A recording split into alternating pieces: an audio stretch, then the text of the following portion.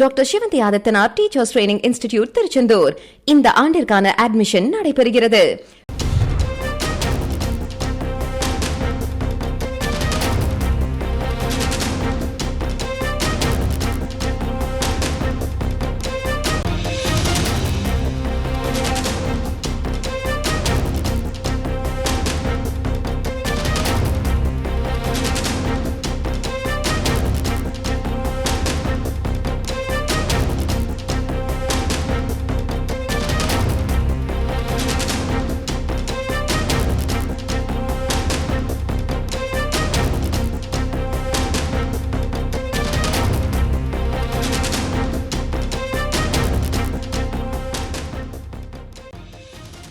YouTube சேனல்களை கட்டுப்படுத்துவதற்கான தகுந்த நேரம் இது என்று சென்னை உயர்நீதிமன்றம் கருத்து தெரிவித்திருக்கிறது.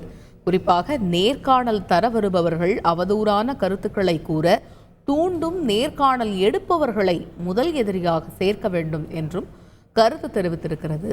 இது பற்றிய கூடுதல் விவரங்களை எமது செய்தியாளர் சுரேஷ் விவரிக்க கேட்போம். முழு விவரங்கள் என்ன சுரேஷ்?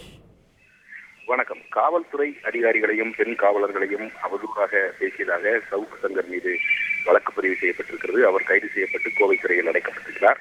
இந்த வழக்கில் தன்னை காவல்துறையினர் கைது செய்யக்கூடும் என்பதால் முன்ஜாமீன் வழங்க வேண்டும் என்று அந்த நேர்காணலை ஒளிபரப்பிய ஒரு தனியார் யூடியூப் சேனலின் தலைமை நிர்வாகி பிலிக்ஸ் ஜெரால்ட் என்பவர் முன்ஜாமீன் கேட்டு சென்னை உயர்நீதிமன்றத்தில் மனு தாக்கல் செய்திருந்தார்.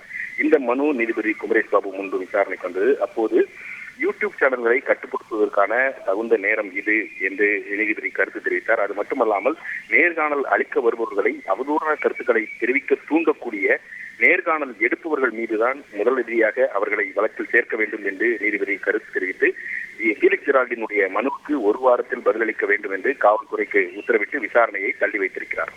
தகவல்களுக்கு நன்றி சுரேஷ்.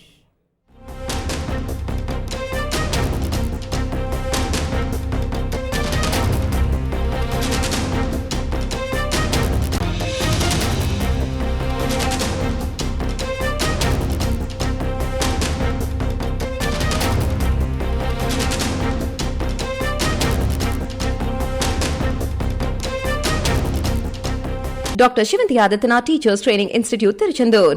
அட்மிஷன் என்கொயரிக்கு கீழே உள்ள லிங்கை கிளிக் செய்யவும்.